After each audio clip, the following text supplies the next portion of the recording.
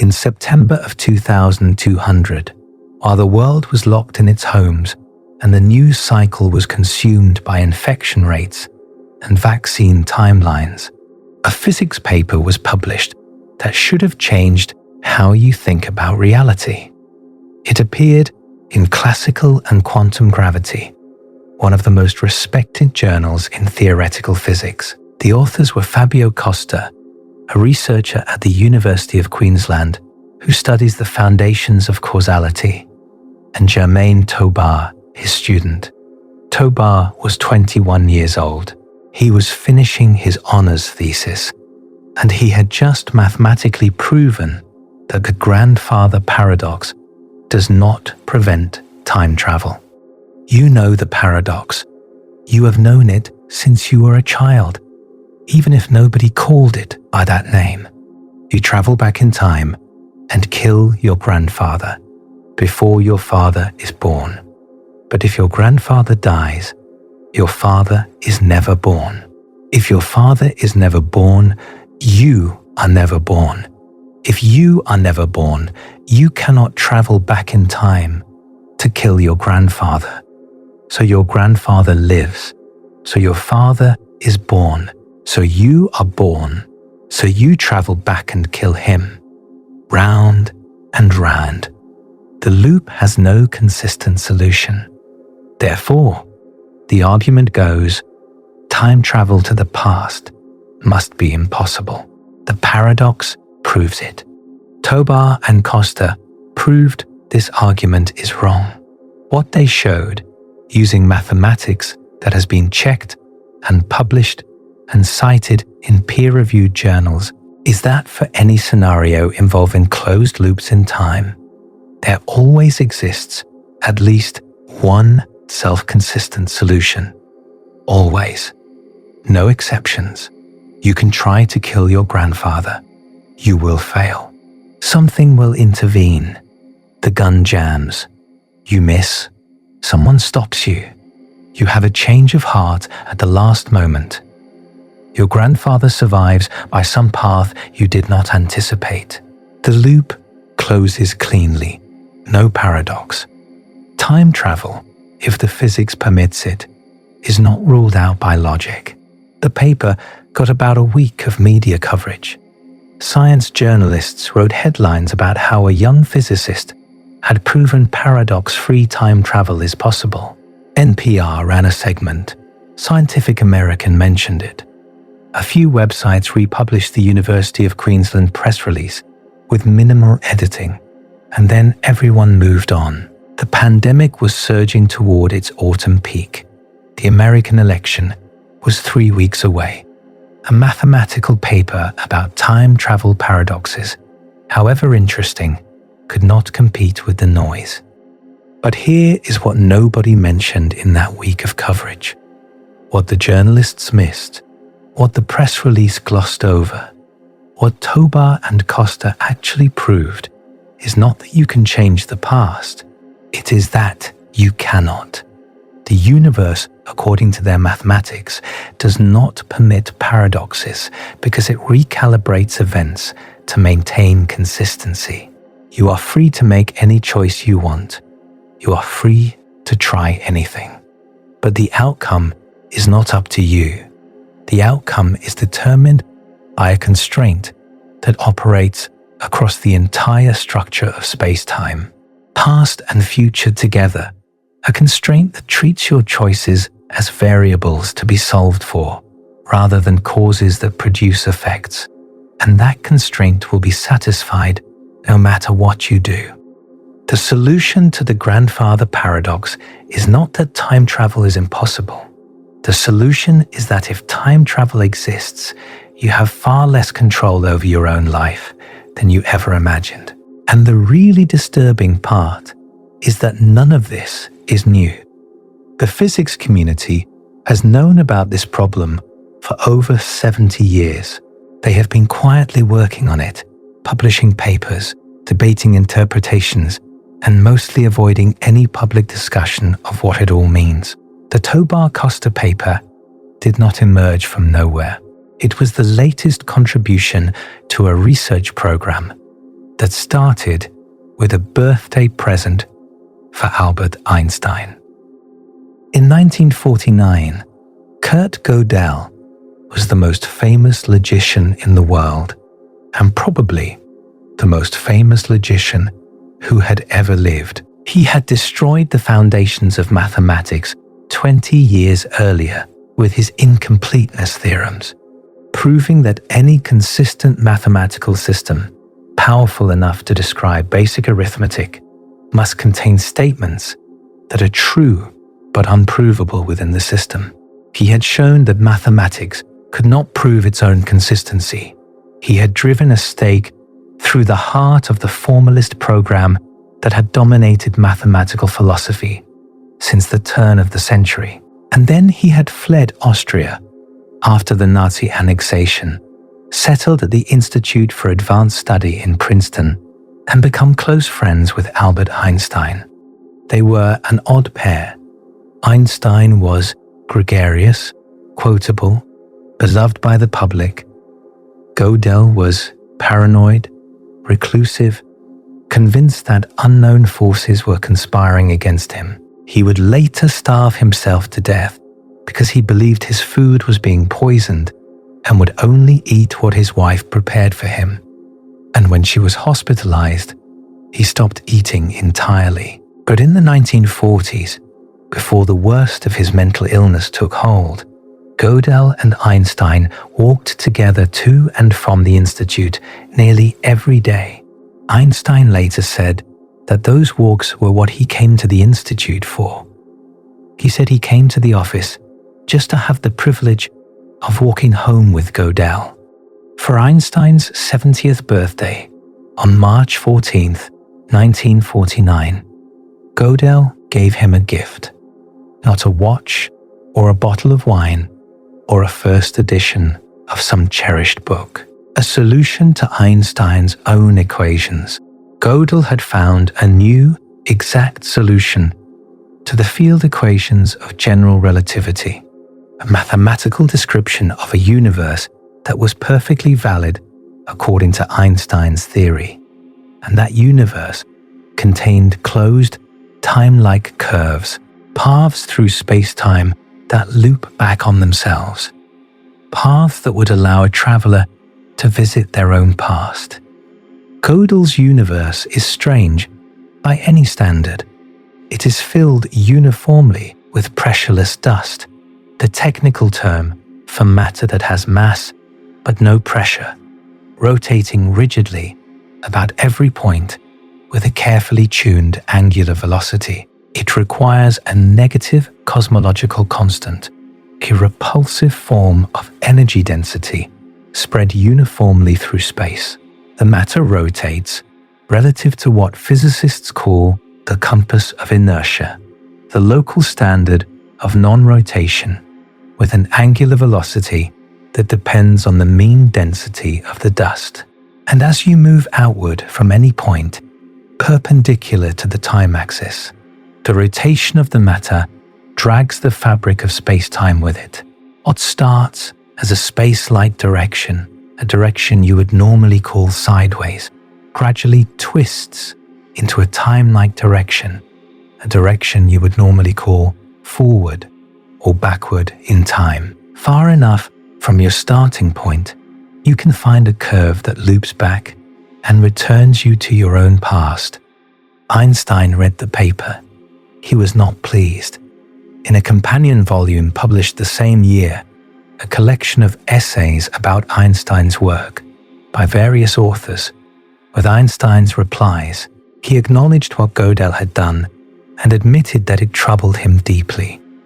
He wrote that if events can form a series closed in itself, if world lines can loop back to their starting points, then the distinction between earlier and later is abandoned for world points which lie far apart in a cosmological sense. And those paradoxes, he wrote, regarding the direction of the causal connection, arise.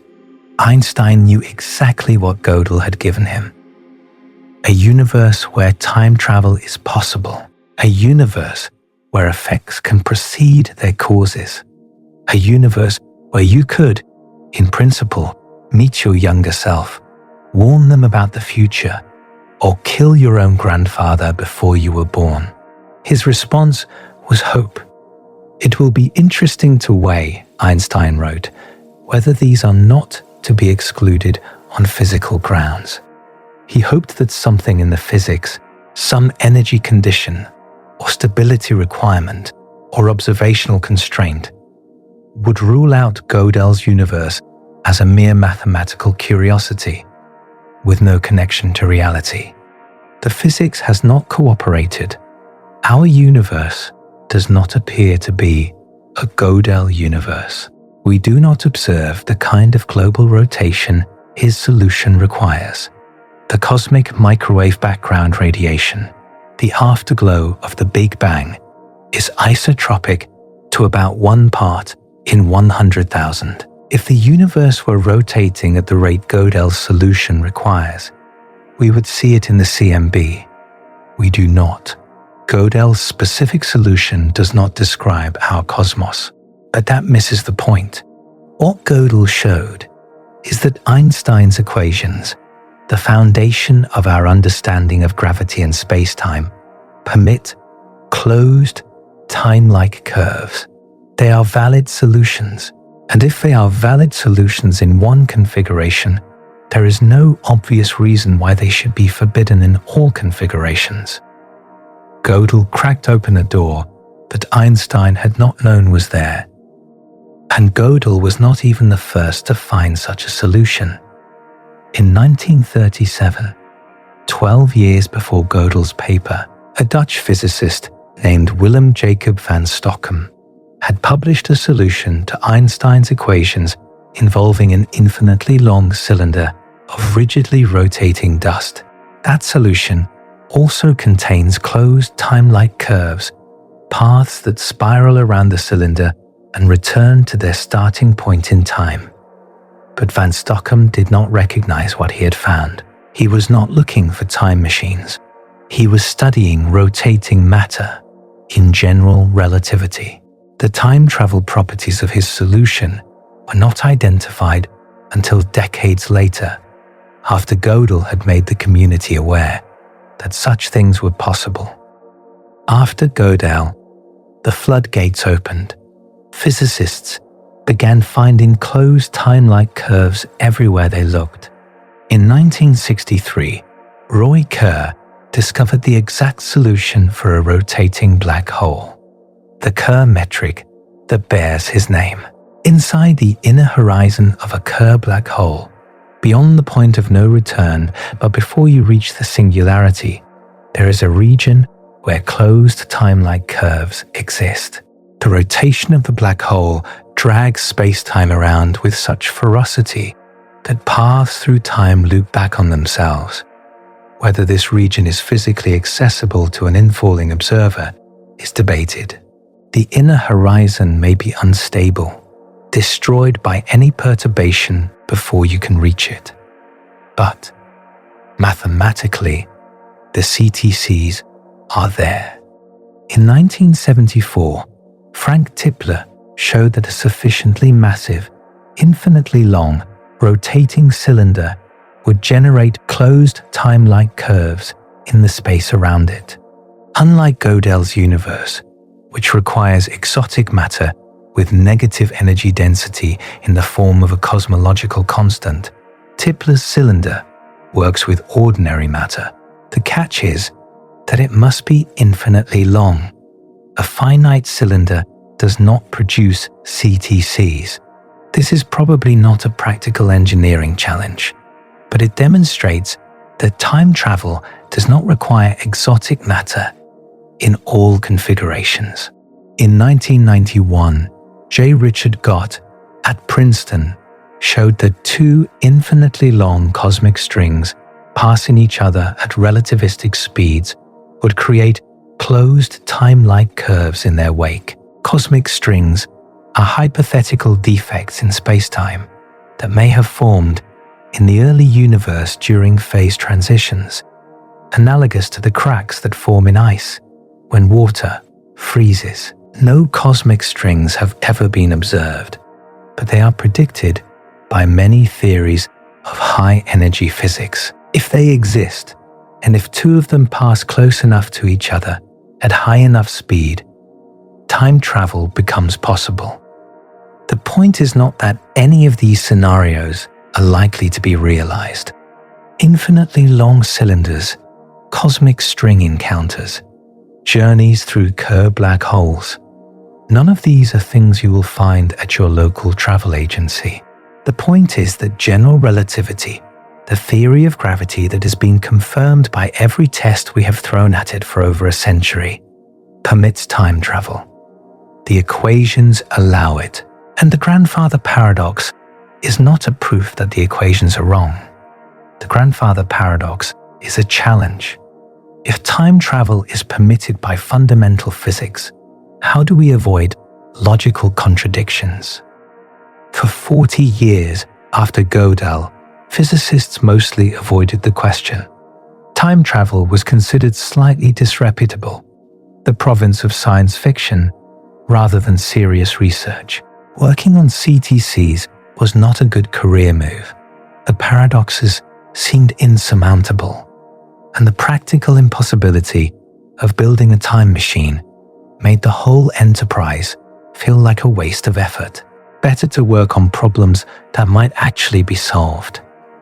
That changed in 1985, and it changed because of a phone call from a novelist.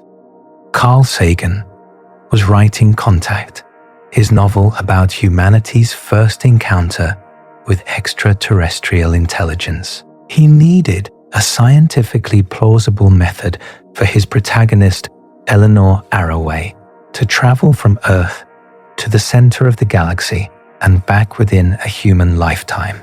The galaxy is 100,000 light years across.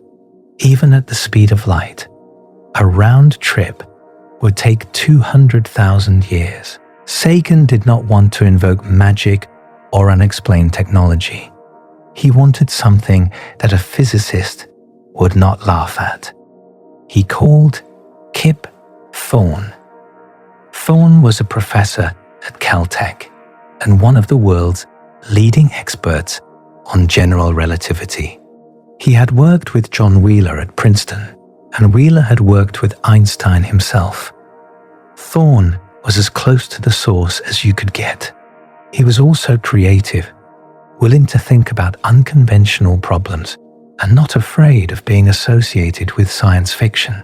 He would later become an executive producer on the film Interstellar and win the Nobel Prize for his contributions to the detection of gravitational waves. But in 1985, he was just a brilliant physicist who got a phone call from a famous novelist asking how to make interstellar travel work. Thorne thought about it. He knew about wormholes, which are hypothetical tunnels through space-time, connecting distant points. Einstein and Nathan Rosen had described them mathematically in 1935 in a paper analyzing the structure of the Schwarzschild solution for a non-rotating black hole. They had called them bridges, and the structures are now sometimes called Einstein-Rosen bridges in their honor. But Einstein and Rosen had not imagined using them for travel. They thought the bridges were non-traversable, pinching off at their throats before anything could pass through. Thorne realized that the non-traversability was not a fundamental feature of wormholes. It was a consequence of the specific solutions Einstein and Rosen had studied. If you could somehow hold a wormhole open, prevent the throat from pinching off, you could use it as a shortcut through space. Enter one mouth in one location, exit the other mouth in a completely different location, having traveled through the wormhole in far less time than it would take to traverse the intervening space by conventional means.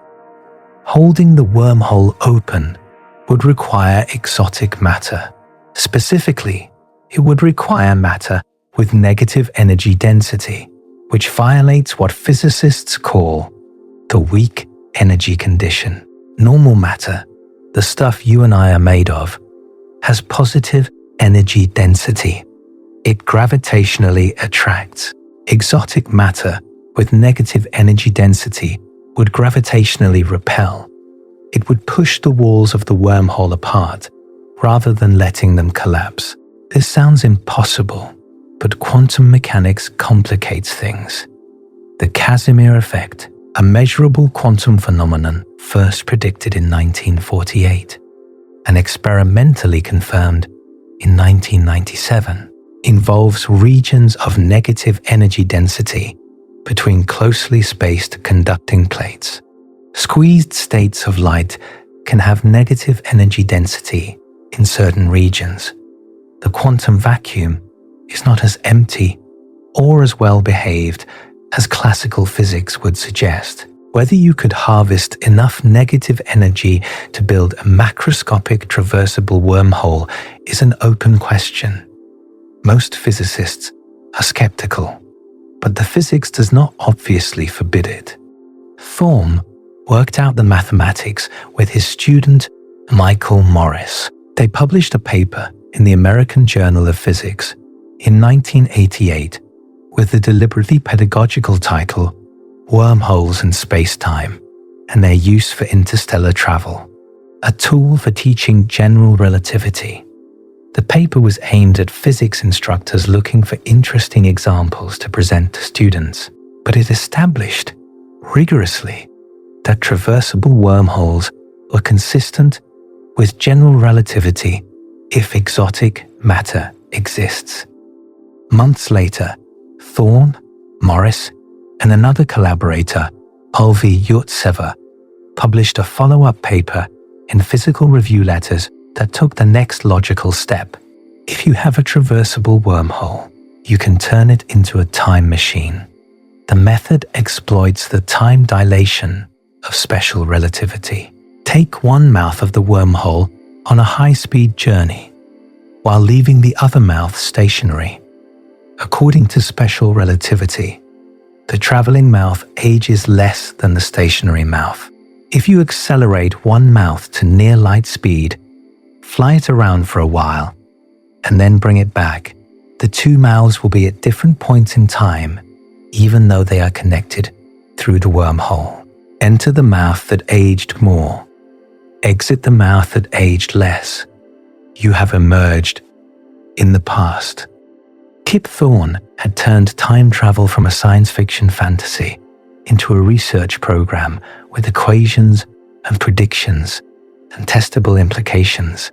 The physics community could no longer ignore it, and immediately the grandfather paradox demanded attention. If wormhole time machines are possible, even in principle, can paradoxes be avoided? Or does the existence of paradoxes prove that something will always prevent the time machine from forming? Maybe the universe has some kind of cosmic censorship, some mechanism that destroys wormholes before they can become time machines. Or maybe the paradoxes are resolvable and we just need to understand how. A physicist named Joseph Polchinski sent Thorne a letter with a thought experiment designed to strip the grandfather paradox down to its purest, most unforgiving form. Forget about human beings. Forget about free will and choices and intentions. Consider a billiard ball. Polchinski's paradox works like this. A billiard ball is placed on a table that contains the two mouths of a wormhole time machine. The ball is launched toward one mouth at a carefully chosen trajectory. It enters the wormhole, travels back in time, exits the other mouth at an earlier moment, and collides with its own younger self. The collision knocks the younger ball off course so that it misses the wormhole entirely. But if it misses the wormhole, it never travels back in time. If it never travels back in time, there is no collision. If there is no collision, the younger ball is not knocked off course. If it is not knocked off course, it enters the wormhole. If it enters the wormhole, there is a collision. The same paradox as the grandfather scenario, but stripped Of all the complications of human agency, no free will, no intentions, no question of whether you could really bring yourself to kill your own ancestor. Just a ball, a table, a wormhole, and the laws of classical mechanics. If the paradox survives in this sterile setting, it is a genuine problem for physics, not just a puzzle about human decision-making. Thorne assigned the problem to two of his graduate students at Caltech, Fernando Echeverria and Germain Klinkhammer. They spent months on it, working through the equations, mapping out the possible trajectories, searching for contradictions. Their paper appeared in Physical Review D in August of 1991, and what they found was not what most people expected. For every initial trajectory of the ball that seemed to produce a paradox, they found self-consistent solutions. Not just one solution, infinitely many solutions. The ball from the future does not have to collide head-on with its past self. It can deliver a glancing blow, a nudge that alters the trajectory of the younger ball, just enough to send it into the wormhole at a slightly different angle. The younger ball then travels back in time and exits the wormhole at a trajectory that delivers exactly that glancing blow to its even younger self. The loop is consistent, no contradiction. The ball enters the wormhole, travels back, nudges itself, and that nudge is exactly what sends it into the wormhole in the first place. For a single initial condition, how you first launched the ball, there turned out to be infinitely many different self-consistent histories, an infinity of possible glancing blow trajectories, each one stable, each one paradox-free. The problem was not the absence of consistent solutions, it was the embarrassing abundance of them.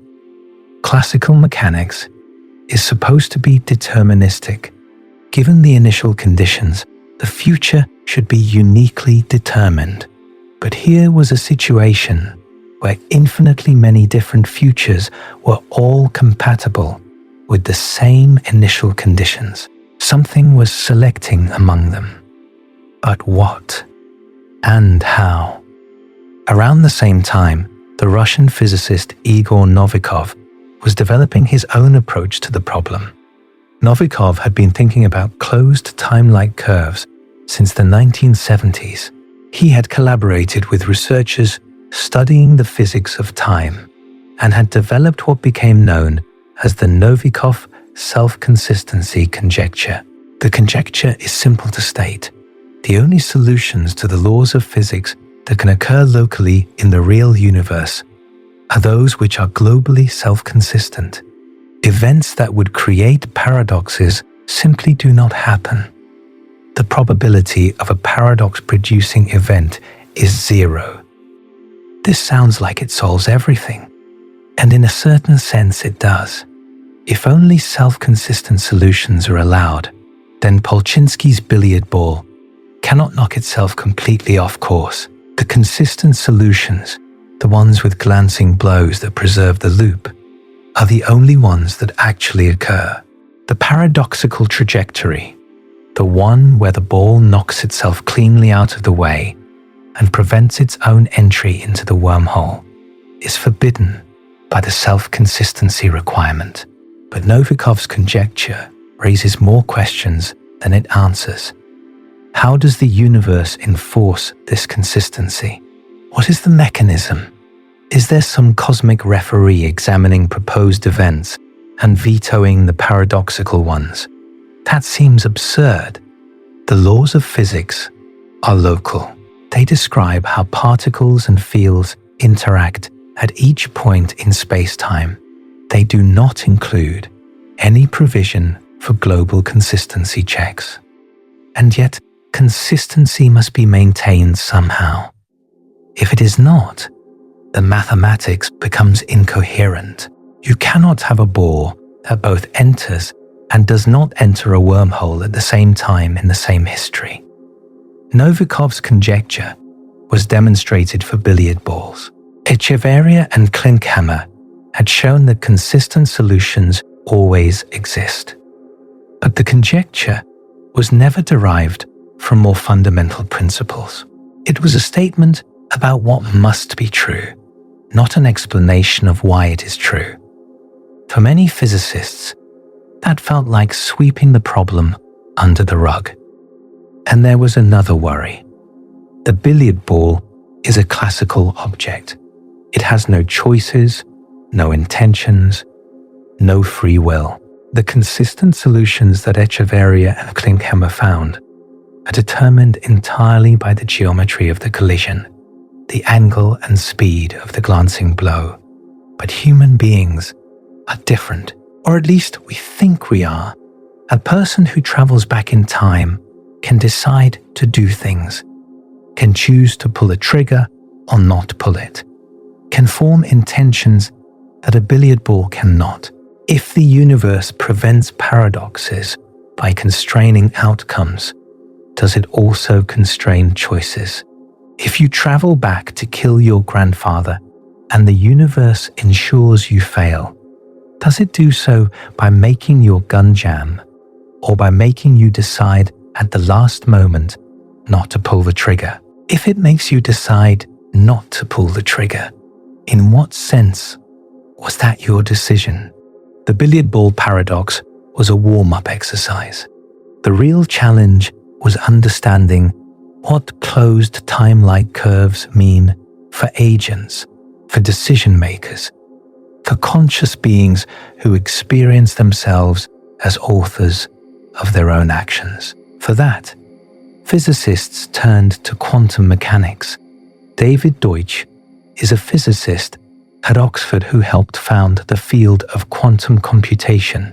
He is also a committed proponent of the many worlds interpretation of quantum mechanics, the view that every quantum measurement splits the universe into multiple branches, each branch realizing one of the possible outcomes.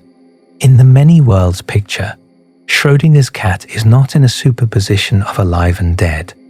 There are two cats, one alive in one branch of the wave function and one dead in another branch, and both branches are equally real.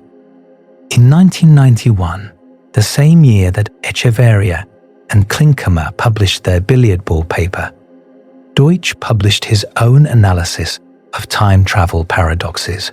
His paper, Quantum Mechanics Near Closed Timelike Lines, proposed a framework that has come to be called the DCTC model. Deutsch divided the quantum system into two parts. There is the chronology respecting system, abbreviated CR, which evolves forward in time in the normal way. And there is the CTC system, which travels around the closed time-like curve and interacts with the CR system both before and after. From the CR perspective, the time travel occurs. A unitary operator, the standard quantum mechanical description of physical processes, governs how the two systems interact. The key to Deutsch's approach is a consistency condition on the CTC system. After traveling around the loop and interacting with the chronology respecting system, the CTC system must end up in the same quantum state it started in. Mathematically, the density matrix of the CTC system must be a fixed point of the evolution. It must reproduce itself through the interaction. This consistency condition allows paradoxes to be resolved through quantum superposition. The time traveler does not simply kill or not kill their grandfather. They exist in a quantum mixture of both outcomes. The density matrix that describes them after the loop is a weighted combination of the state where they killed their grandfather and the state where they did not. And those weights are determined by the requirement that the state be self-consistent. In the many worlds interpretation that Deutsch favors, this means the time traveler kills their grandfather in some branches of the wave function and fails in others. The paradox is avoided because both outcomes are real. There is no single history that must be consistent. There are multiple histories, multiple branches, and they coexist in the full quantum state. Deutsch's model makes time travel consistent with quantum mechanics, but it comes at a price. DCTCs have properties that seem physically unreasonable.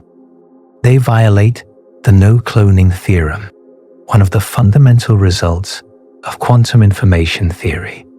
The no-cloning theorem says you cannot make a perfect copy of an unknown quantum state. This is not a practical limitation, but a fundamental one, built into the structure of quantum mechanics. But with access to a DCTC, you can clone quantum states. The time traveler can carry information around the loop in a way that effectively duplicates it. They enable computational power far beyond what normal quantum computers can achieve. Scott Aronson and John Watrous proved in 2009 that a computer with access to DCTCs could solve any problem in p-space, a complexity class that includes problems believed to be far harder than anything quantum computers can solve.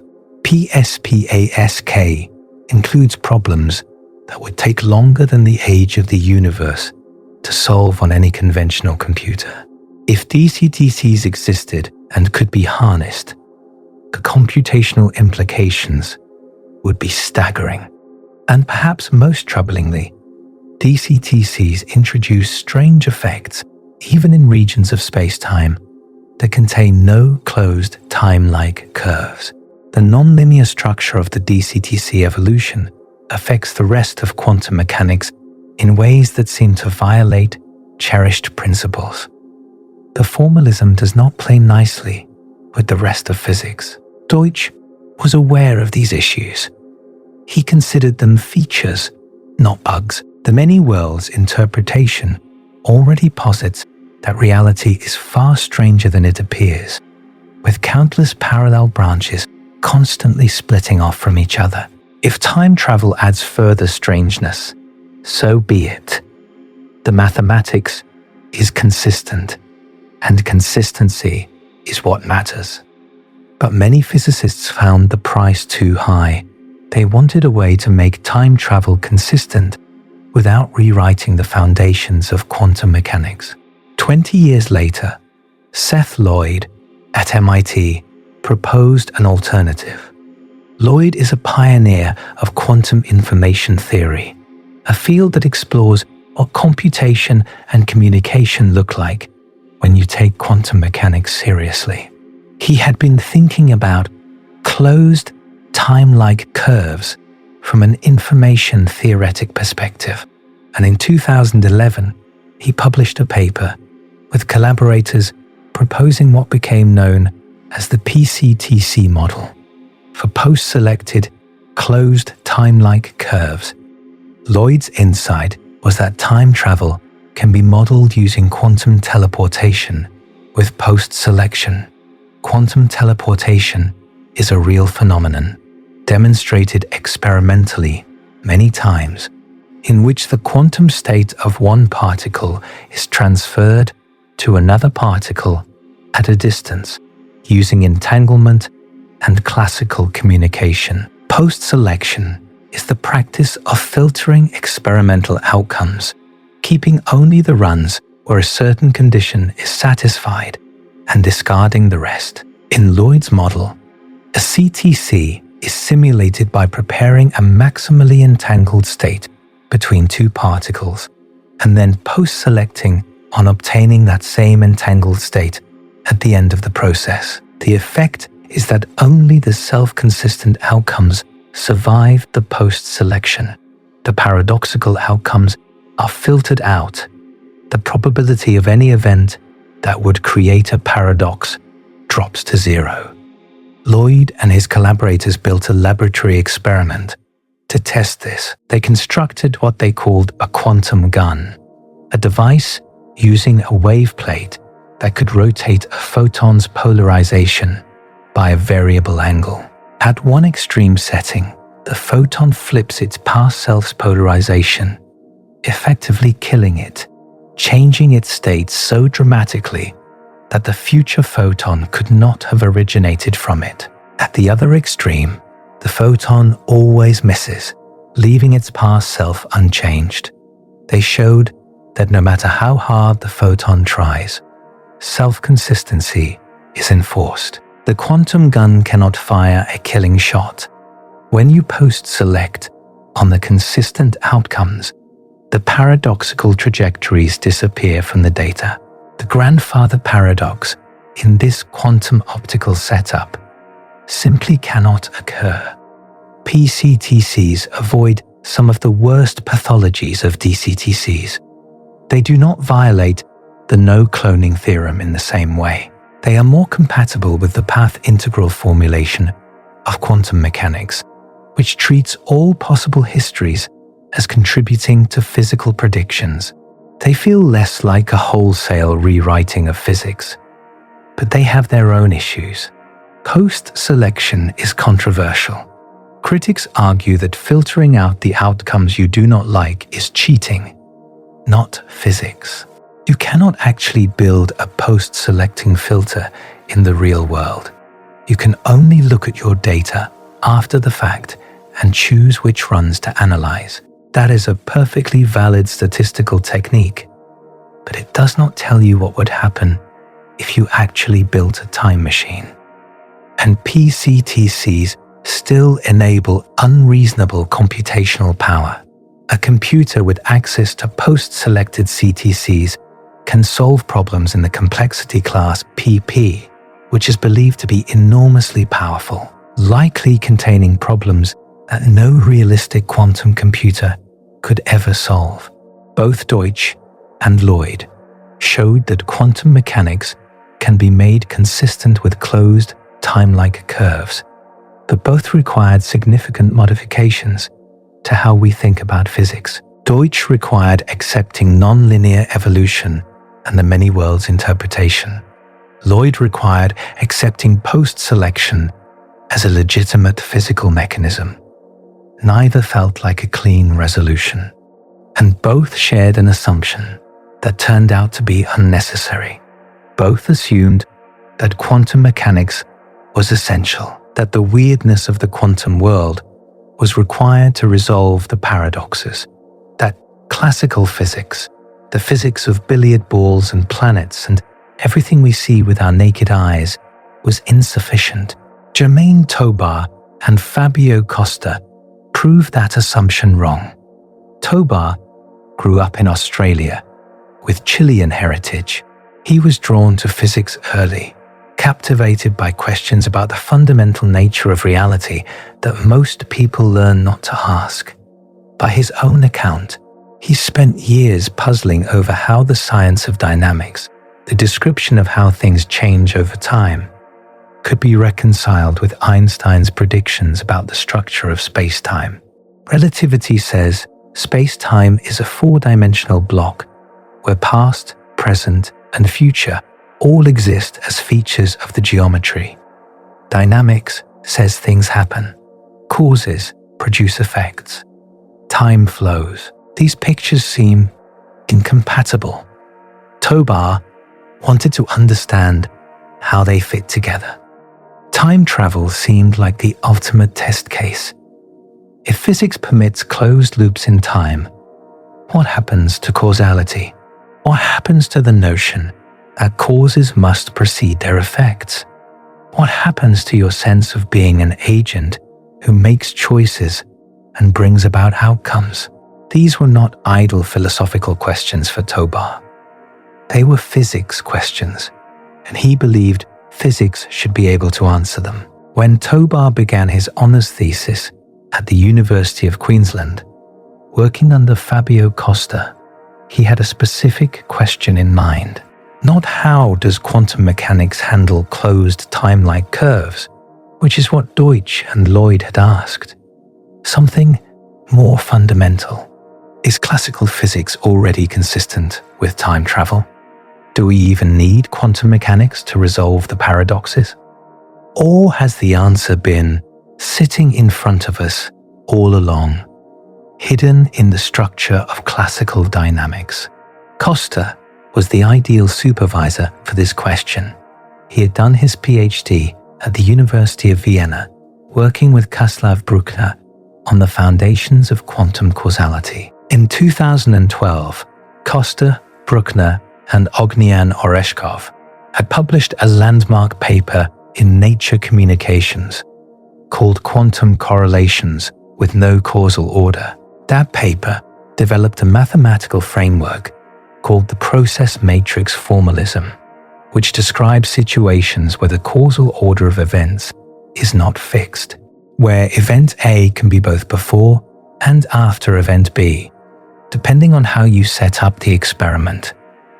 The process matrix formalism was designed for quantum mechanics, but it had a classical analog, a way of describing classical systems where causal loops are possible. And that classical analog was exactly what Tobar needed. The framework Tobar and Costa developed in their 22,000 paperworks as follows. Consider a finite number of bounded regions in space-time, isolated laboratories where physics happens. Each region has a past boundary where information enters and a future boundary where information exits. Inside each region, the physics is completely ordinary, standard classical mechanics. No closed time-like curves, no exotic effects, nothing strange. An agent inside the region can perform any operation they want, taking whatever state enters through the past boundary and transforming it into whatever state exits through the future boundary. Freedom of choice is preserved locally, but the regions are embedded in a larger space-time that may contain closed time-like curves. The geometry between the regions can be as exotic as general relativity permits, and the process function describes how the outputs of all the regions connect to the inputs of all the regions, threading through whatever CTC containing space-time lies between them. The process function is like the wiring diagram for causality. It tells you how information flows, how the output of one region becomes the input to another, even when that flow passes through loops in time. Tobar and Costa imposed 3 conditions on this framework, 3 requirements that any physically reasonable process function must satisfy. First, reversibility. The process function must be bijective, meaning it is a one-to-one correspondence. Given the outputs of all the regions, you can uniquely determine the inputs, and vice versa. This is the classical analog of unitarity in quantum mechanics. It means the dynamics are deterministic and reversible. No information is created or destroyed. This is how classical physics actually works. The laws of mechanics are time reversible. If you know the state at any one moment, you can in principle calculate the state at any other moment, past or future. Second, fixed point self-consistency. For any choice of local operations in all the regions, any set of things the agents decide to do, the composition of those operations with the process function must have at least one fixed point. A fixed point is an assignment of states to all the boundaries that is self-consistent, meaning when you trace around the loop, applying the local operations and the process function, you get back to where you started. This condition formalizes the absence of the grandfather paradox. No matter what agents freely choose to do inside their local regions, there must always exist at least one globally consistent solution. Third, no self-signaling. The input to any region depends only on the outputs of other regions, not on that region's own output. You cannot send a message directly to your own past within a single bounded region. Any signaling backward in time must pass through other regions first. through the CTC containing spacetime between them. These conditions might sound restrictive, like they would rule out most possible scenarios. They do not. Tobar and Costa prove that there are rich and diverse families of process functions satisfying all three conditions. CTC-compatible dynamics are not unique or trivial. There are many different ways for classical physics to work in the presence of closed, time-like curves. The paper's main theorem is the one that matters. Under these three conditions, for any arbitrary local operations chosen by agents in any of the regions, a self-consistent solution always exists. Read that again. For any choice, any set of decisions, anything the agents want to do, there is always a self-consistent solution. Always. The grandfather paradox cannot occur because the mathematics guarantees that consistent solutions exist for every possible combination of choices. You can choose to kill your grandfather. The universe will find a trajectory where you fail. Costa explained this to journalists using the pandemic that was consuming the world at the time of publication. Suppose you travel back in time to stop COVID-19's patient 0 from being exposed to the virus. You have complete freedom of choice within your local region. You can try any strategy you want. You can bring weapons, information, persuasion, anything. But if you succeed in preventing patient 0's exposure, you eliminate the pandemic. If you eliminate the pandemic, your younger self has no reason to travel back in time. If you do not travel back, you do not prevent the exposure. The paradox. In the Tobar-Costa framework, here is what happens instead. You travel back. You try to stop patient 0. You fail. The self-consistency constraint guarantees a solution exists, and in that solution, patient 0 is exposed despite your best efforts. Maybe you catch the virus yourself and become patient 0. Maybe someone else exposes them before you can intervene. Maybe you trip on your way to stop them and miss your chance. The pandemic still happens. Your younger self still has the motivation to travel back. You travel back, try again, and fail again in exactly the same way you always failed, because it is the same loop, the same history, the same self-consistent solution. The events recalibrate around your choices to maintain consistency. Tobar said it directly in the university's press release. The range of mathematical processes we discovered show that time travel with free will is logically possible in our universe without any paradox. Costa added, with perhaps less awareness of what he was admitting. The maths checks out, and the results are the stuff of science fiction. The media reported this as a feel-good story about how time travel might be possible, and a young physicist had figured out the math. Then the news cycle moved on. The pandemic, the election, 1,000 other crises demanding attention. But the media coverage missed the point entirely. Think about what it means for the universe to recalibrate events around your choices. You decide to stop patient 0. The universe ensures you fail. You decide to kill your grandfather. The universe ensures you fail. You can freely choose any action. You experience yourself as making a decision, forming an intention, executing a plan. But the space of possible outcomes is constrained by a global self-consistency requirement that operates across the entire structure of space-time, past and future together. That constraint will be satisfied no matter what you choose. This is not time travel the way science fiction imagines it. You do not go back and change history, creating an alternate timeline where things are different. You go back and discover that history cannot be changed because history already includes your failed attempt to change it. The loop was always closed. Your intervention was always part of the story. You did not change anything. You enacted what had already, always, eternally happened. Your choices are real. Your freedom is real in the sense that no one and nothing is stopping you from trying.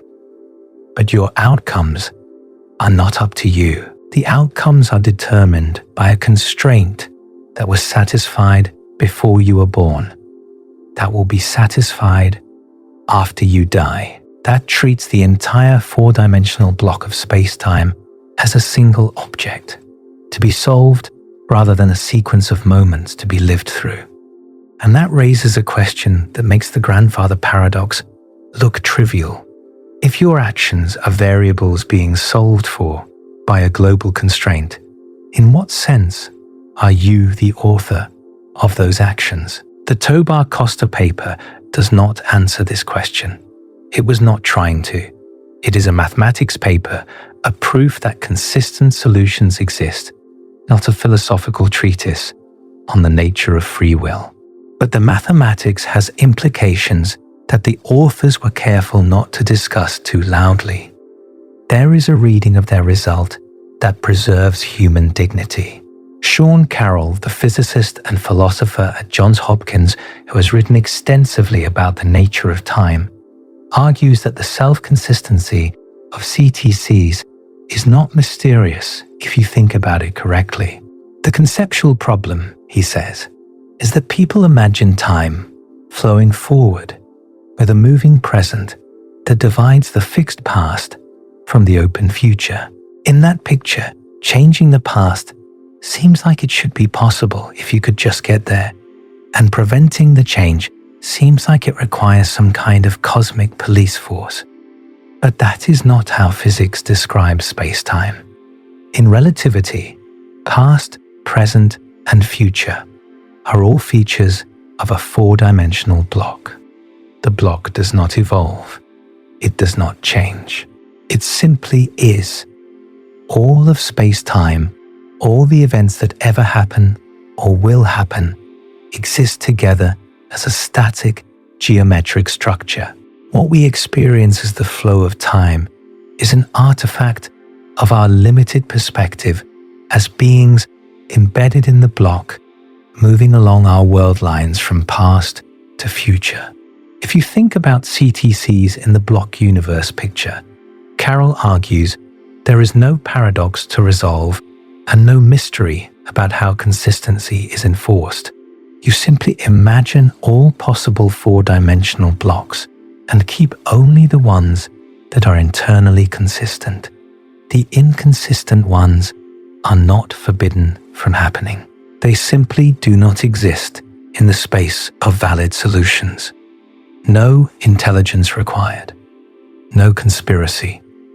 No cosmic censorship. Just mathematics. This is the compatibilist position. Free will is preserved because you can locally choose any action. You are not constrained in what you decide to do. Global consistency just determines which outcomes are possible given your choices. This is analogous to how gravity works. You can throw a ball in any direction you want. Gravity determines where it lands. Your choice is free. The outcome is constrained by physics. But there is a harder reading, and physicists who think carefully about these questions know it. If space-time is a four-dimensional block, and if CTCs connect parts of the block that we normally think of as past and future, and if the entire block must satisfy a global self-consistency constraint, then what exactly is the status of your choices? You experience the sensation of choosing. You feel like you are the author of your actions, deciding in the moment what to do, deliberating among options, committing to one path rather than another. But in the block universe, your choice is not being made in the present. It already exists as a feature of the four-dimensional structure. The future version of you, the one who traveled back in time and failed to kill your grandfather, is as real as the past version who had not yet decided to try. Both are embedded in the block. Both exist. Neither is more present than the other. The distinction between what has already happened and what you are about to decide is an artifact of your perspective, not a feature of reality. And the self-consistency constraint means that the structure of your choices is not free in any deep sense. The block must be coherent. The loop must close. Your actions are variables in an equation that the block must satisfy. You feel like you are choosing, but you are a pattern in a structure that was, is, and always will be exactly what it is. H. Nikolic, a physicist who has worked extensively on the foundations of quantum mechanics and the interpretation of time, pushed this reasoning to its conclusion. If quantum mechanics describes observers themselves, if your brain and your experience of deliberating are quantum processes occurring within the block, then the block universe is a quantum block universe. Every thought you have, every moment of apparent decision, is a feature of the four-dimensional structure. And in that picture, Nikolic argues, free will is merely an illusion. You do not choose. You are chosen. You are solved for. This is not speculation from the fringes of physics. This is what the mathematics says when you take it seriously. The Tobar-Costa paper solved the grandfather paradox, but in solving it, they revealed the shape of a universe where your sense of agency, your feeling that you are the author of your own story, may be the local experience of a global constraint you never had any say in. The paper was published. It got its week of attention. The world moved on, but the implications did not go away. They sat there in the mathematics, waiting for someone to follow them to their conclusion, waiting for someone to ask not just whether paradoxes can be avoided, but what happens to you, to your experience, to your memories, if you actually travel through a closed loop in time.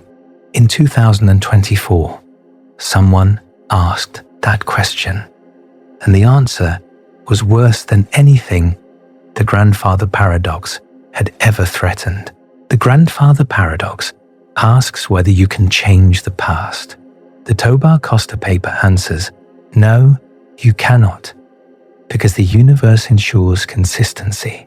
But neither the paradox nor its solution asks what happens to you in the process. What happens to your experience? What happens to the arrow of time that makes you feel like a continuous person moving from one moment to the next, accumulating memories, building a life? The arrow of time is not written into the fundamental laws of physics. At the microscopic level, the equations are reversible. If you filmed a collision between two particles and played the film backward, the reversed film would also show a valid collision.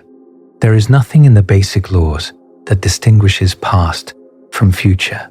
The arrow emerges from thermodynamics, from the statistical tendency of entropy to increase. Your coffee cools, your ice melts, your memories form. These are all entropy increasing processes. Without entropy increase, you cannot form memories. Without memories, you have no sense of continuous existence. The thermodynamic arrow creates the psychological arrow. They are the same phenomenon viewed from different angles. On a closed timelike curve, the arrow of time faces a problem it cannot solve. And in 2024, a physicist named Lorenzo Gavassino worked out exactly what that problem means for anyone who might travel through such a loop. Lorenzo Gavassino is a physicist at Vanderbilt University. who works on relativistic thermodynamics, the study of how heat, entropy, and the flow of energy behave in situations where Einstein's theories matter. His day job involves neutron stars and heavy ion collisions, the extreme conditions where ordinary thermodynamics breaks down and must be rebuilt from relativistic first principles. He thinks about what happens to matter at densities where atomic nuclei merge into a soup of quarks and gluons, about the transport properties of fluids moving at significant fractions of the speed of light, about the foundations of statistical mechanics in curved space-time. These are serious technical problems with applications to astrophysics and high-energy physics. In May of 2024, Gavesino published a paper in Classical and Quantum Gravity that was not about neutron stars. The title sounds almost whimsical: Life on a Closed Timelike Curve. The abstract begins with a question that philosophers have asked for decades, but physicists have mostly avoided. What would it be like to live on a CTC? The paper is not whimsical. It is one of the most disturbing physics papers published in the last decade. It takes the Tobar-Costa result, which showed that self-consistent solutions always exist on CTCs, and asks what those solutions actually look like from the inside. What does the observer experience? What happens to their memories? What happens to their sense of being a continuous person moving through time? The answer is devastating, and almost nobody has talked about it. Gavesino asked a question that physicists working on CTCs had mostly avoided. The Tobar-Costa paper and its predecessors focused on whether paradoxes can be avoided. They showed that self-consistent solutions always exist, but they did not ask what those solutions feel like from the inside. They did not ask what happens to an observer, a conscious being with memories and experiences, who actually travels through a closed loop in time. The grandfather paradox is about whether you can change the past. The Tobar-Costa solution is about how the universe prevents you from changing it. But neither addresses what happens to you in the process. What happens to your sense of continuity? What happens to the feeling that you are the same person you were a moment ago, carrying memories of your past into your future? That question requires thermodynamics, and thermodynamics on a closed, time-like curve is a nightmare. The arrow of time, the distinction between past and future that we experience every moment of our lives, is not fundamental. The microscopic laws of physics are time-symmetric. If you watch a video of two particles colliding and bouncing off each other, and then watch the video played in reverse, both versions show valid physics.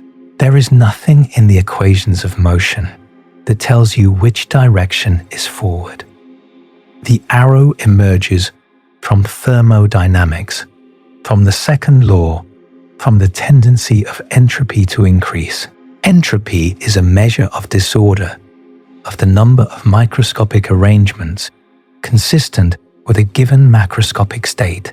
A glass of ice water has low entropy because the ice molecules are organized in a crystal lattice and the water molecules are confined to certain regions. A glass of room temperature water has higher entropy because the molecules are spread throughout, moving randomly with no organization. When ice melts, entropy increases. When hot coffee cools to room temperature, entropy increases. When you scramble an egg, entropy increases. The second law of thermodynamics says that in an isolated system, entropy never decreases. It can stay the same in idealized reversible processes, or it can increase in every real process that actually occurs. This is not a law in the same sense as conservation of energy or Newton's equations. It is a statistical tendency, overwhelmingly likely, but not absolutely certain. In principle, the molecules in your coffee could spontaneously arrange themselves to make the coffee hotter and the room colder.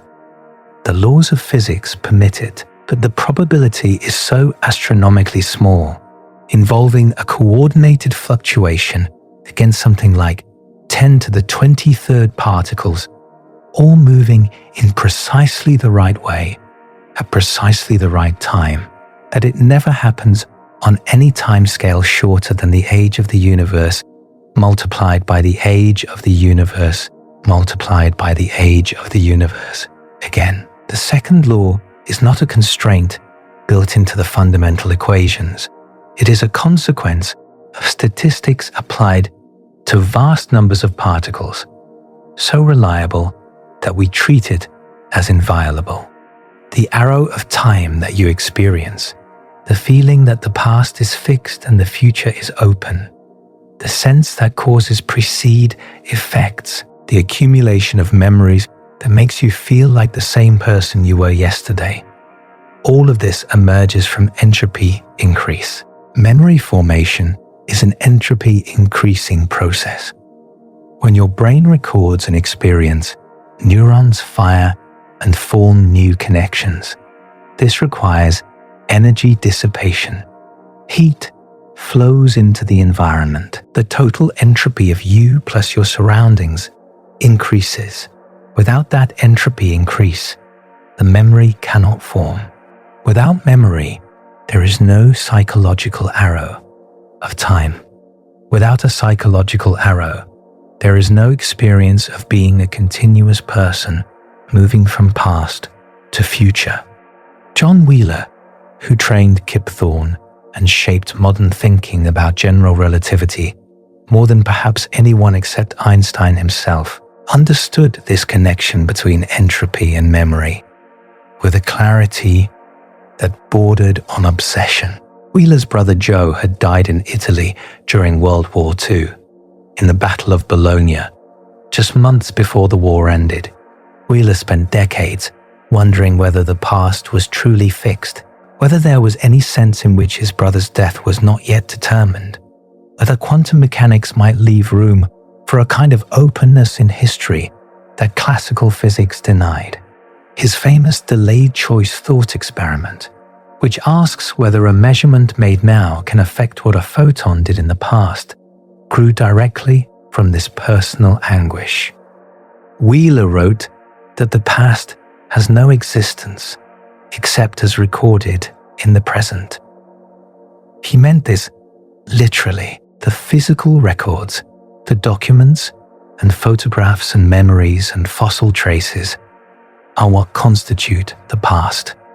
Without them, the past is not merely unknown, but undefined. This is a radical view, and most physicists do not accept it entirely. But Wheeler saw something true in it. The arrow of time, the distinction between fixed past and open future, depends on memory and record keeping, and memory and record keeping depend on entropy increase. On a closed time-like curve, entropy increase cannot be maintained around the entire loop, and that means the arrow of time and the memories that depend on it cannot survive the journey. The arrow of time that you experience, the feeling that the past is fixed and the future is open, the sense that causes precede effects, the accumulation of memories, all of this emerges from entropy increase. Memory formation is an entropy increasing process.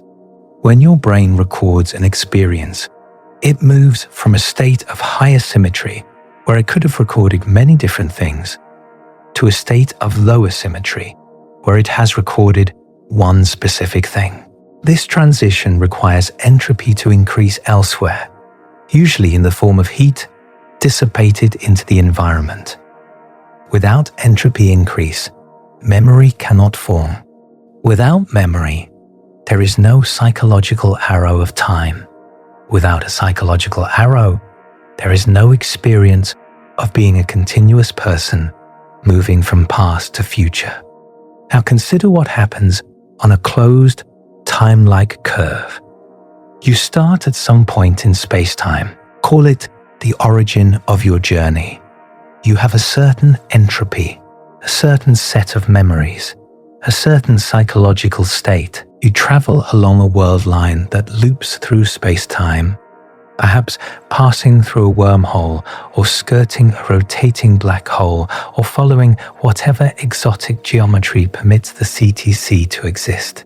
Along the way, you have experiences. You form new memories. Your entropy increases, as it must for memory formation to occur. You age, you accumulate a sense of having lived through the journey. And then the curve closes. You return to your starting point. Not just the same location in space, but the same point in space-time, the same moment you left. Here is the problem. When you return, you must be in the same state you started in. That is what it means for the curve to be closed. The world line loops back on itself. The you who arrives must match the you who departed, because they are the same point on the curve, the same event in space-time. But your entropy increased during the journey. You formed memories. You aged. You are not the same as when you left.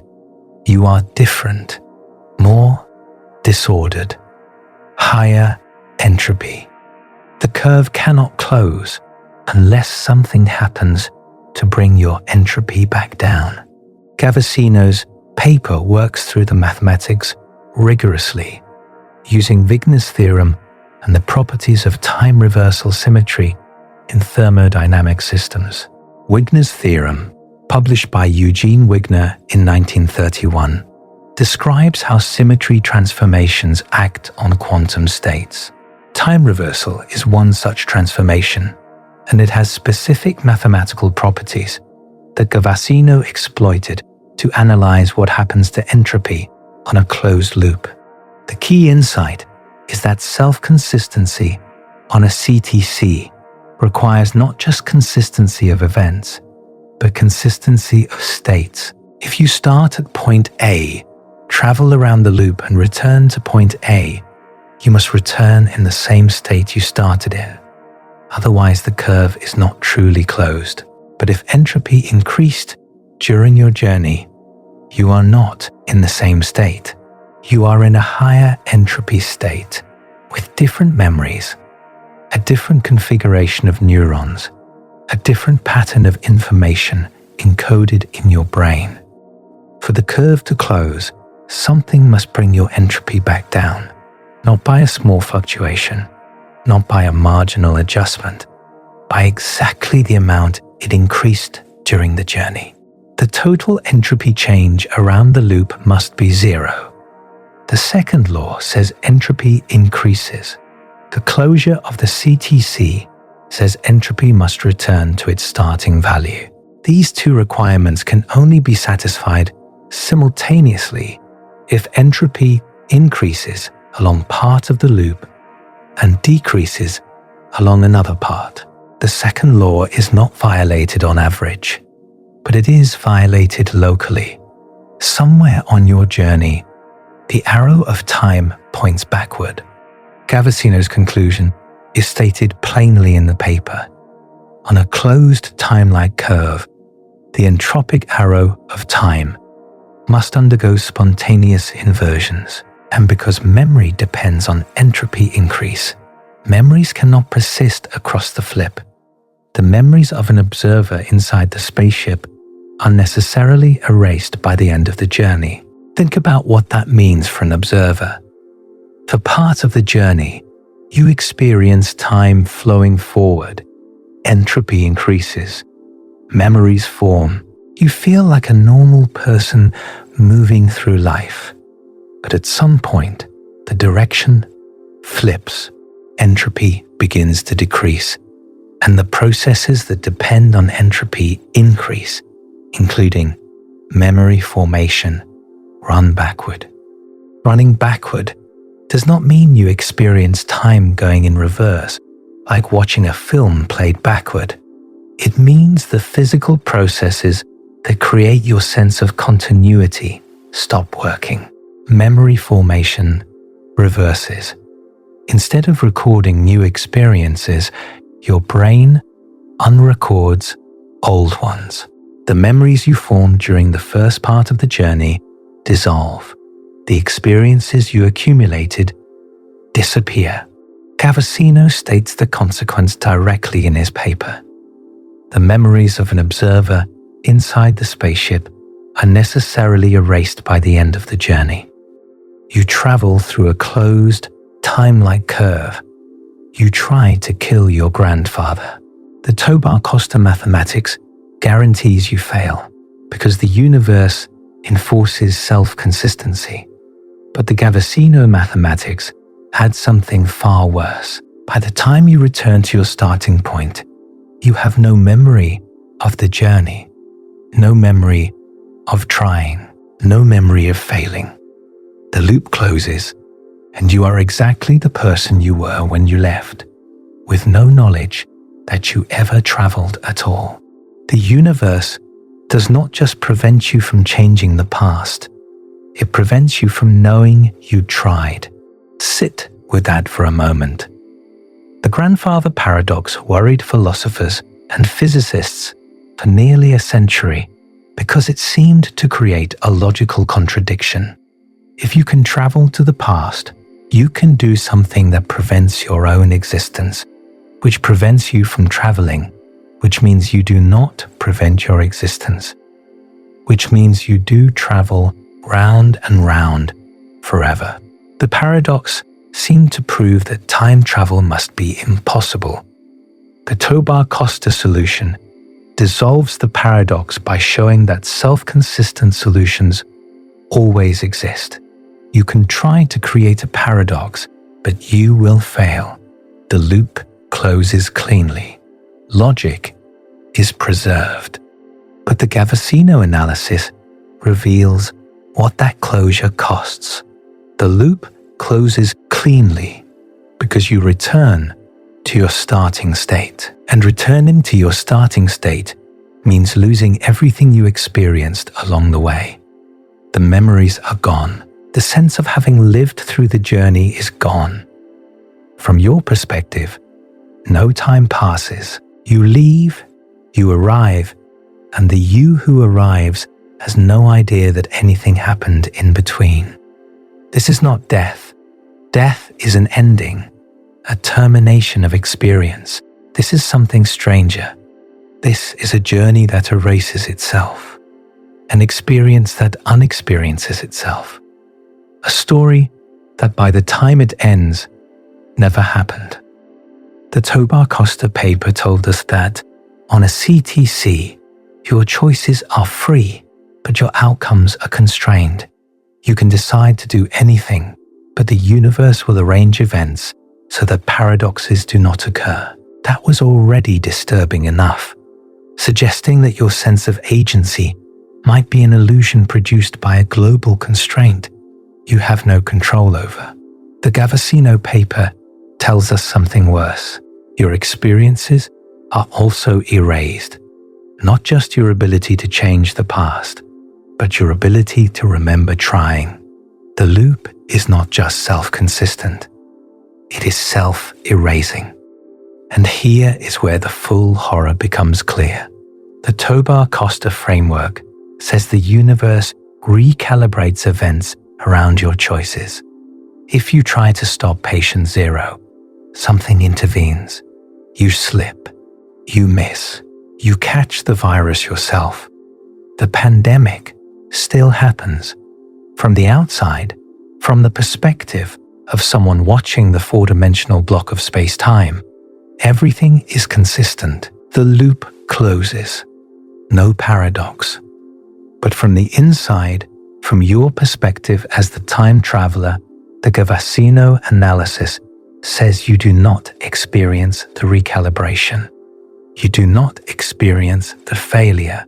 you do not experience anything, because by the time the loop closes, your memories of the journey have been dissolved by the thermodynamic reversal required to bring your entropy back to its starting value. You are not a person who tried and failed. You are a person who never tried. Or rather, you are a person who tried, failed, and then had the trying and failing erased from your memory so thoroughly that it is as if it never happened. The event still occurred in the sense that it is part of the four-dimensional block, but your experience of it did not survive the loop. This is what it means to live on a closed, time-like curve. You can have experiences, but you cannot keep them. You can form memories, but they will be unformed. You can try to change the past, but you will not remember trying. The self-consistency that Tobar and Costa proved is not just a constraint on outcomes. It is a constraint on experience itself. The physics community has not ignored CTCs entirely. There have been experiments, not experiments that create actual closed time-like curves, which would require exotic matter and engineering beyond anything we can currently imagine, but experiments that simulate the mathematics of CTCs using quantum systems.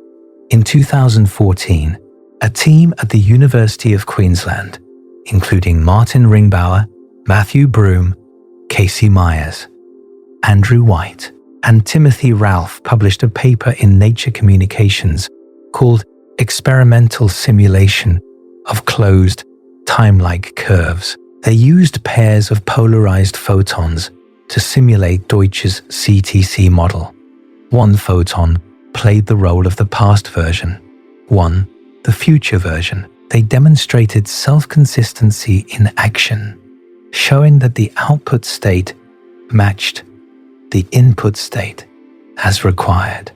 They observed phenomena specific to CTCs, including perfect discrimination between quantum states that should be indistinguishable, a feat impossible in standard quantum mechanics. Timothy Ralph, who was also a co-author on papers that laid the groundwork for Tobar and Costa's result, commented on what the experiment revealed. He said they were not really sending anything back in time, but the simulation allowed them to study evolutions normally forbidden by quantum mechanics. And then he said something more profound. It is intriguing, he noted, that general relativity predicts these paradoxes, but when you consider them in quantum mechanical terms, the paradoxes go away. It makes you wonder whether this is important for formulating a theory that unifies general relativity with quantum mechanics. That is the real significance of CTC physics. It is not about building time machines, which may never be possible. It is about understanding the deep structure of reality. General relativity and quantum mechanics are the two pillars of modern physics, and they do not fit together. They make incompatible assumptions about the nature of space, time, and causality. Any theory of quantum gravity, any unified description of reality at its most fundamental level, must reconcile these incompatibilities. CTCs are where the incompatibilities become unavoidable. They force you to ask what causality means when effects can precede causes. They force you to ask what consistency means when the same event can be both before and after itself. They force you to ask what time means when loops are possible, and the arrow that defines past and future can reverse. The physicists who work on these questions are not cranks or science fiction enthusiasts. They are serious researchers trying to understand the foundations of physics.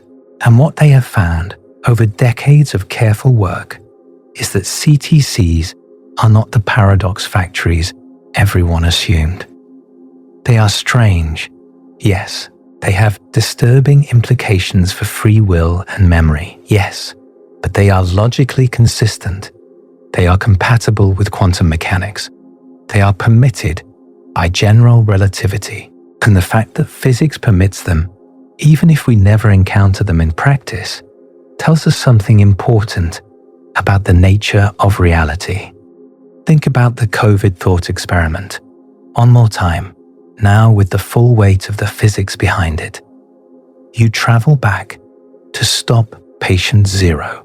You try everything you can. You fail because the universe ensures the pandemic happens. And then, as you continue around the loop and return to your starting point, the thermodynamic arrow reverses. Your memories of the journey dissolve. You arrive back at the moment you left with no knowledge that you ever traveled. You look at the news. The pandemic is happening. You think, maybe I should go back and try to stop it. And you do. And you fail. And you forget. And you think, maybe I should try. Forever. This is not a paradox. It is perfectly self-consistent. It is also a kind of hell. There is a question that the physics literature on CTCs has carefully avoided asking, and it is time to ask it now. Why is nobody talking about this? The Tobar Costa paper was published in September of 2020. The University of Queensland issued a press release on September 25th. Within days, the story was covered by NPR, Scientific American, Science Alert, Phys.org, Vice, Popular Mechanics, and dozens of other outlets. For about a week, it was a minor viral sensation. Young physicist proves time travel is possible. Feel good science news in the middle of a pandemic. The headlines wrote themselves. And then it vanished. The story dropped out of the news cycle. The paper accumulated a few dozen citations in the academic literature, modest by the standards of viral physics papers. No follow-up coverage, no deep dives into the implications, no documentaries, no popular books, no sustained public discussion of what it might mean for our understanding of causality and free will. The Gavasino paper was published in 2204. It received almost no media coverage at all.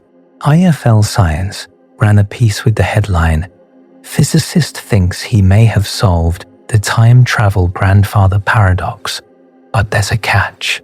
A few other outlets mentioned it in passing, framing it as a quirky thought experiment about hypothetical scenarios that would never actually happen. No major newspaper covered it, no television news, no viral moment, nothing. You can read both papers right now. They are available through Classical and Quantum Gravity, a peer-reviewed journal published by IOP Publishing. They are indexed in the standard databases, cited by other researchers, part of the permanent scientific record. This is not fringe science. This is not speculation. This is rigorous mathematical physics that has passed review by experts in the field. And yet, if you stop someone on the street and ask them what physics says about time travel, they will tell you one of three things. Either that time travel is impossible full stop, or that it would create paradoxes, so it must be impossible, or that it is just science fiction, not something serious physicists work on. They will not know that general relativity has permitted CTCs since 1949. They will not know that the grandfather paradox was mathematically dissolved in 2000. They will not know that traveling through a closed loop in time would erase your memories of the journey. They will not know that experiments have simulated CTC physics in the laboratory and confirmed the self-consistency predictions. They will not know any of this because nobody told them. Why? Here is one answer: the charitable interpretation. These are highly technical results in mathematical physics concerning scenarios that cannot currently be tested and may never be realized in practice. General relativity permits CTCs, but creating one would require exotic matter with negative energy density, material that may not exist in usable quantities or may not exist at all. The energy requirements might be beyond any conceivable technology. The chronology protection mechanisms Hawking proposed might prevent time machines from forming even in principle. The physics is mathematically valid, but the engineering is science fiction. Why alarm the public about implications of scenarios that will never happen? There is truth in this. Physics is full of theoretical possibilities that have no practical relevance. You can calculate what would happen if you fell into a black hole, but you will never fall into a black hole.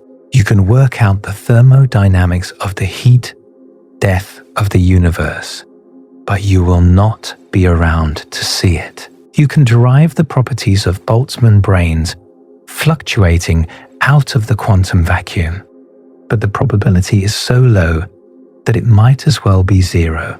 Theoretical physics explores the boundaries of the possible. The criterion for inclusion in physics journals is mathematical consistency and connection to established theory, not likelihood of experimental realization. But this answer is not satisfying. Physics communicators spend enormous effort explaining black holes, the Big Bang, quantum entanglement, dark matter, dark energy, and dozens of other phenomena that the average person will never directly encounter and that have no practical applications. The criterion for what gets communicated to the public is not practical relevance, it is interest. And time travel is interesting. Everyone knows it is interesting. It is one of the most popular themes in all of fiction. Across every culture, every medium, every generation, the grandfather paradox is interesting. The question of whether you can change the past speaks to something deep in human psychology. We all have regrets. We all have moments we wish we could revisit. The fantasy of going back and fixing our mistakes is universal. And here is physics saying something definitive about whether that fantasy is coherent, whether the universe would permit it, what would happen if you tried. That should be front page news. The fact that it is not requires explanation. Here is another answer, less charitable, but perhaps more accurate. The implications are uncomfortable. Not uncomfortable in the sense of being sad or frightening, though they are those things too. Uncomfortable in the sense of threatening assumptions that people, including physicists, do not want to question. Consider what happened to the researchers themselves. Germain Tobar, the 21-year-old who proved that paradox-free time travel is mathematically possible, did not become a celebrity. He did not get invited on talk shows, or write a best-selling book, or become the public face of time travel physics. He finished his honors degree, went to Cambridge for a master's, and is now doing his PhD at Stockholm University, working on an entirely different problem. His current research is about detecting individual gravitons, the hypothetical quantum particles of gravity. A paper he published in Nature Communications in 2000 and 2004 about using quantum sensors to detect gravitational effects at the single particle level has received far more attention in the physics community than his time travel work ever did. Tobar moved on. He solved one of the most famous thought experiments in physics, and then he moved on to other problems, as if proving the grandfather paradox is not a barrier to time travel, or just another result to add to his CV. Fabio Costa, his supervisor, continues to work on the foundations of causality and quantum mechanics. His group at Nordita in Stockholm and his ongoing affiliation with the University of Queensland produce papers on indefinite causal order, process matrices, and the structure of quantum correlations. The CTC work is part of a larger research program exploring what causality means when you take quantum mechanics and general relativity seriously.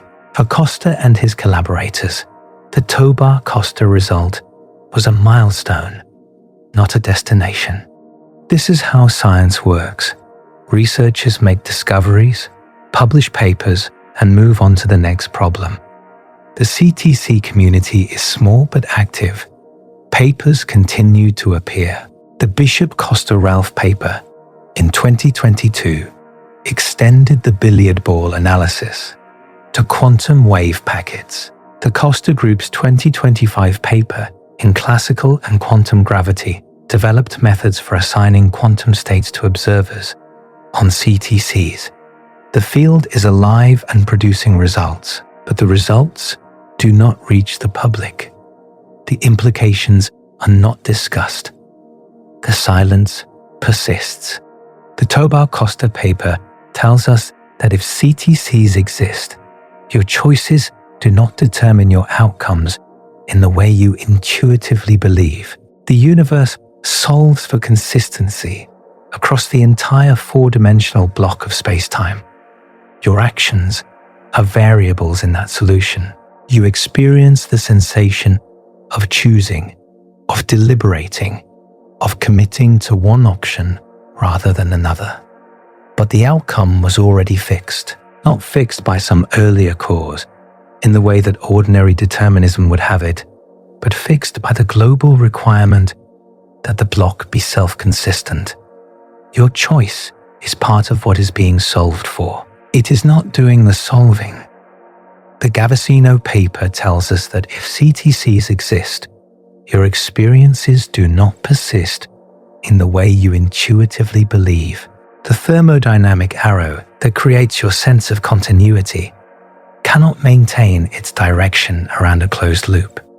Travel through the loop, and your memories dissolve. The experiences you accumulate are uncumulated. The person who completes the journey is not the person who remembers taking it. Together, these results describe a universe that is fundamentally alien to human intuition. We think of ourselves as agents moving through time, making decisions that shape the future, accumulating experiences that form our identities. We think of the past as fixed and the future as open. We think of our memories as records of what we have lived through.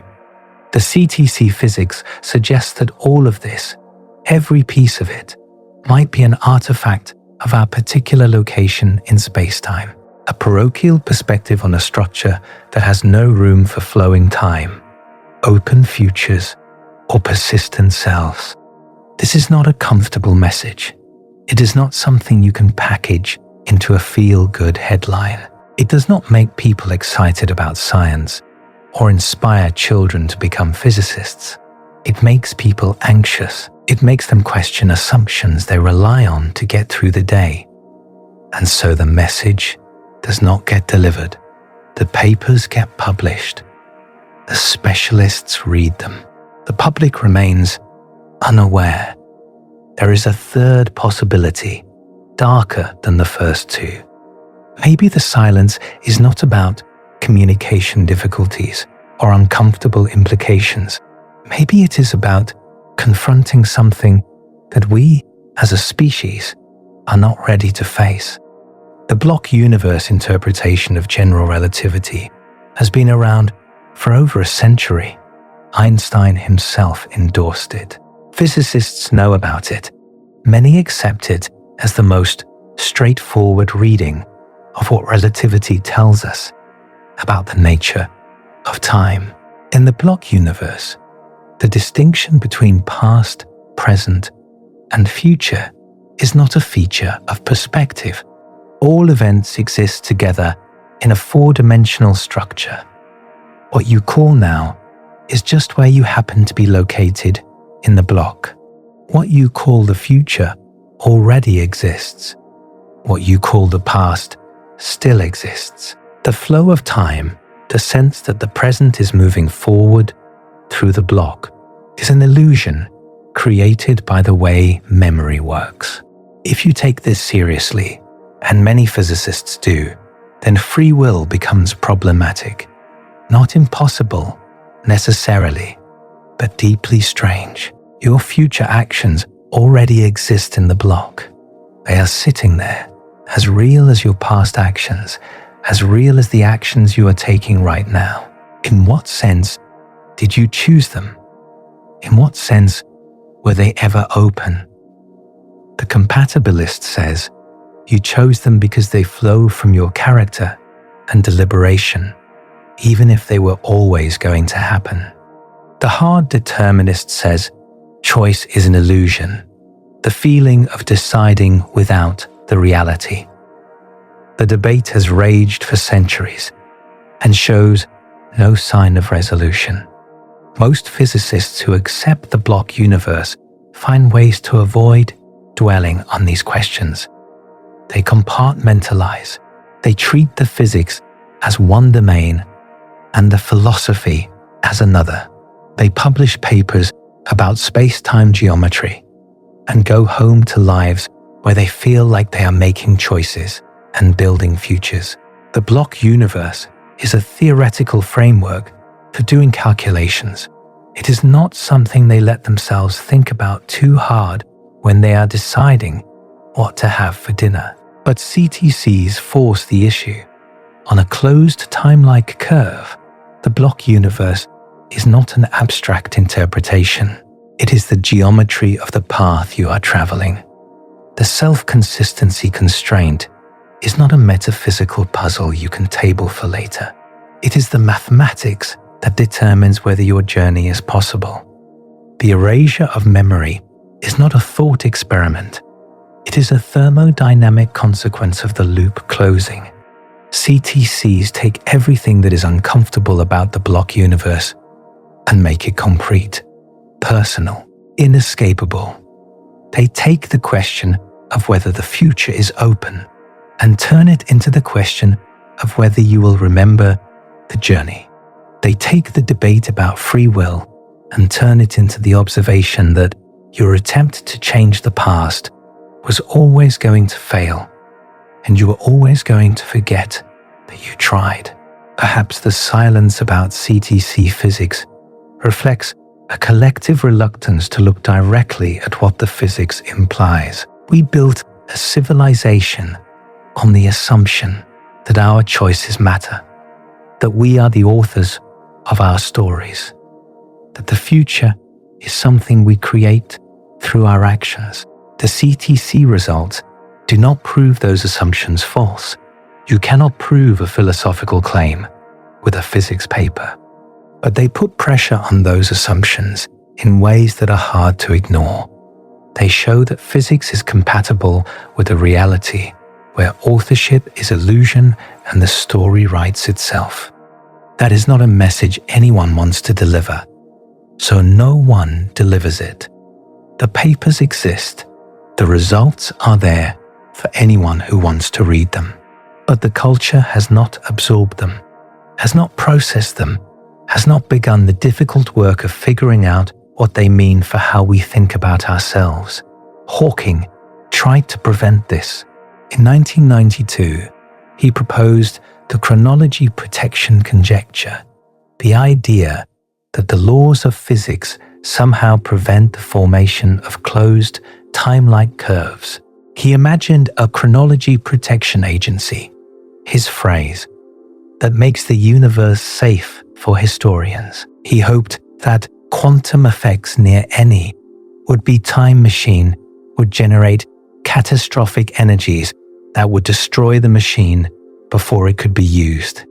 He wanted physics to rescue us from the implications of physics, but Hawking could not prove his conjecture. He admitted as much.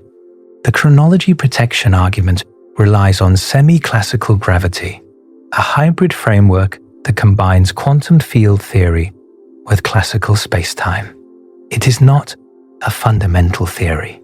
It is an approximation. And within that approximation, the case for chronology protection is suggestive but not definitive. The quantum vacuum fluctuations near a chronology horizon might destroy the time machine, or they might not. The calculation depends on assumptions that may not hold in a true theory of quantum gravity. We do not have a theory of quantum gravity. We do not know what happens when general relativity and quantum mechanics are combined at the deepest level. String theory, loop quantum gravity, and other candidates are incomplete and untested. Until one of them succeeds, the question of whether CTCs can physically exist remains open. And so the Tobar-Costa result stands. If CTCs exist, paradoxes do not prevent time travel. If CTCs exist, the Gavasino result stands too. Travel through a loop erases your memories of the journey. These are conditional statements. They tell you what happens if the geometry permits CTCs. They do not tell you whether the geometry permits CTCs. That question remains for future physics to answer. But the conditional is enough to be disturbing, because the conditional reveals the shape of a possible universe, a universe where causality runs in loops, a universe where the block of space-time is solved for globally rather than evolved forward locally, a universe where your sense of agency is the feeling of being a variable in an equation rather than the author of a solution. We do not know if we live in that universe. We do not know if CTCs are possible in our cosmos, but we know that physics permits them in principle, and we know what they would mean for beings like us if they exist. The grandfather paradox was never about grandfathers. It was about control. It was about whether we are the authors of our own narratives or characters acting out scripts that were written before we were born. For a century, the paradox seemed to prove that physics must forbid time travel. We could not be characters in a fixed story, because characters who reach back and change earlier chapters create logical contradictions. The reassurance was that the physics prevents us from reaching back. Time travel is impossible. The past is sealed, and in that sealing, there is freedom. We cannot change what came before, but we can shape what comes next. The Tobar-Costa paper destroyed that reassurance. It showed that the story can be fixed without forbidding time travel. You can reach back. You can try to change earlier chapters. You will fail because your failure is already written in. The loop closes. The narrative remains coherent. And you, the character, play out exactly the scenes that were always going to be played, including the scene where you tried to improvise and discover that improvisation was in the script all along. The Gavasino paper added the final detail. Not only is the story fixed, you do not get to remember reading it. The journey erases itself. Your memories of trying dissolve before you complete the loop. You return to your starting point, innocent of everything, ready to begin again, to fail again, to forget again, in a cycle that has no beginning because it loops, and no end because it loops, and no meaning because you can never hold on to enough of it to find any. This is what the physics says. This is what has been published, reviewed, confirmed, and quietly ignored. The loop closes. It always closed. And somewhere in the four-dimensional block of space-time, in a structure that has no privileged present, no flowing time, no open future, it is still closing, right now, which is not really a now at all, because now is just a location, and you are embedded in the block at your location, reading these words, forming memories that feel permanent but are not, experiencing a flow of time that feels fundamental but is not. You are reading this sentence. You experience the words arriving, one after another, building meaning, creating understanding. That experience is the arrow of time, produced by entropy increase in your brain as neurons fire and connections form. The arrow feels like the most basic feature of existence. It is the structure that makes experience possible. Without it, there is no before and after, no accumulation, no continuity, no you. On a closed time-like curve, that arrow breaks. The entropy that creates your forward momentum must reverse. The memories must unform. The you who finishes is not the you who remembers. The you who finishes is the you who began, with everything between erased, ready to start over without knowing there is anything to start over from. The grandfather paradox asked whether you can kill your grandfather. The answer is no. The universe prevents it. But that was never the real question. The real question is what happens to you when the universe prevents it. What happens to your experience, your memory, your sense of being someone who persists through time and accumulates a life? The answer is that you do not get to keep any of it. The loop closes, the memories dissolve, the arrow reverses. You return to your origin state, knowing nothing, having lost everything, ready to try again, without knowing you already tried. Not because you choose to try again. You do not choose. You are solved for. You are a pattern in a block, and the pattern satisfies a constraint, and the constraint does not care what you want or remember or believe about your own agency. Think about what this means for the human project. For all of history, we have assumed that the future is where we live. The past is gone, inaccessible, fixed.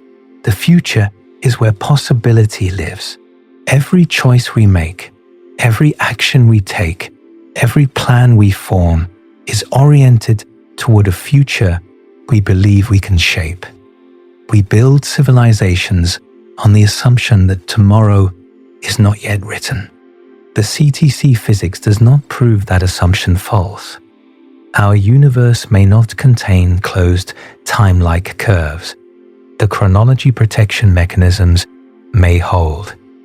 The exotic matter may not exist. We may be safe in our forward-flowing time, our open futures, our sense that what we do matters.